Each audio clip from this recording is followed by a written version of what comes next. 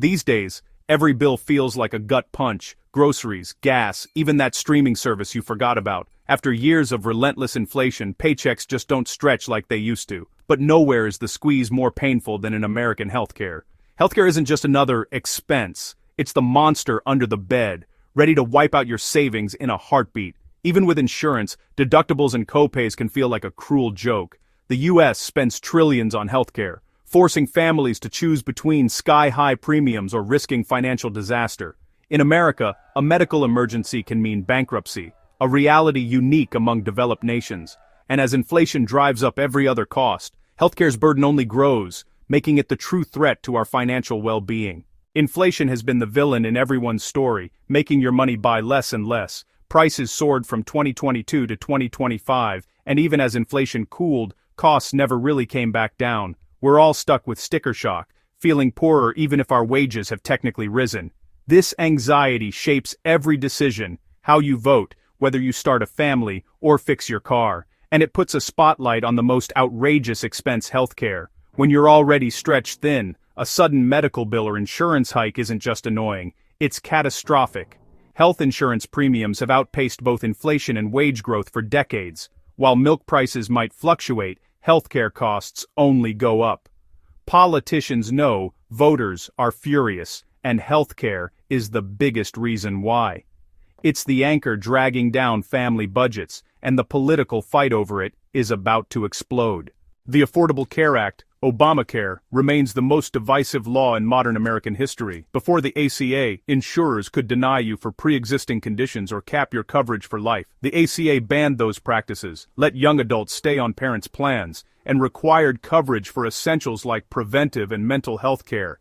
Its centerpiece: online marketplaces and government subsidies to help people afford insurance. Millions gained coverage, but the law didn't make healthcare itself cheaper, just changed how we pay for it.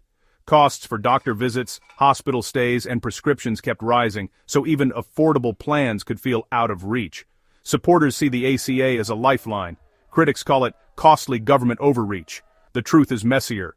The ACA patched big holes, but created new battles. The biggest fight now? The subsidies that keep the system running. If those go away, the whole structure is at risk. The debate isn't just about policy, it's about the future of American healthcare, and the stakes have never been higher.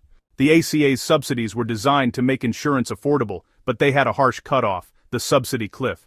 Earn just over the limit, and your premiums could skyrocket overnight. The pandemic changed that. Emergency laws boosted subsidies, removed the cliff, and capped premiums at 8.5% of income. Millions benefited, and enrollment soared, but these enhanced subsidies are temporary, set to expire at the end of 2025. If Congress doesn't act, we'll snap back to the old rules. Premiums could double or triple for millions. The Kaiser Family Foundation warns of average premium hikes over 75%. For many, that means going from a few $100s a month to over $1,000. This isn't hypothetical, it's a looming crisis for household budgets nationwide. The subsidy cliff is a ticking time bomb, and the countdown is on. Millions are about to face a brutal choice: pay up or drop coverage. With the subsidy cliff looming, you'd expect Congress to act, but instead, it became a political battlefield. The fight over subsidies helped trigger a government shutdown in late 2025. Democrats pushed to make the enhanced subsidies permanent, citing record enrollment and looming financial disaster. Some Republicans saw letting subsidies expire as a way to weaken Obamacare, calling them fiscally reckless. The debate got tangled with other healthcare funding like Medicaid and hospital payments, turning negotiations into a high-stakes standoff. The shutdown ended with a temporary patch but solved nothing. The fundamental disagreement remains, and the threat to affordable coverage is closer than ever. Your ability to see a doctor is now a bargaining chip in a never-ending political game. Democrats and Republicans see healthcare through completely different lenses. Democrats view the ACA as a moral achievement, pushing to expand subsidies and even add a public option. They believe healthcare is a right and government should guarantee access. Republicans are split. Some want to repeal the ACA entirely, favoring free market solutions and cheaper, less comprehensive plans. Others accept the ACA's reality but want to shift subsidies directly to people, letting them buy any plan they want. The divide is deep, making compromise nearly impossible.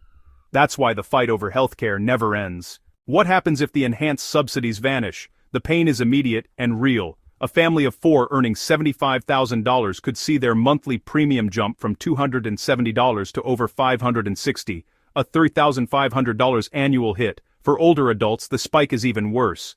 A 60-year-old couple could face premiums of $20,000 a year or more. Many will be forced to downgrade coverage or drop it entirely. The Congressional Budget Office estimates 3.5 million people would lose insurance. States like New York warn of premium spikes up to 58%. When people lose coverage, they still get sick. Unpaid hospital bills drive up costs for everyone else. The result, a sicker, more expensive insurance pool and higher premiums for all. This isn't just a personal crisis, it's a system-wide disaster in the making. The ripple effects will hit every American, insured or not. So, what's the solution? There are ideas. Some practical, some wild. The simplest fix, extend the enhanced ACA subsidies. It's popular and would prevent a premium shock but costs $60 billion for just 2 years.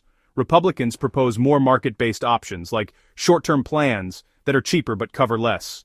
Critics warn this would create a 2-tiered system, leaving the sick with unaffordable coverage. Another idea, send cash directly to people instead of subsidizing insurance companies. But would that money actually cover real medical costs? That's a risky bet.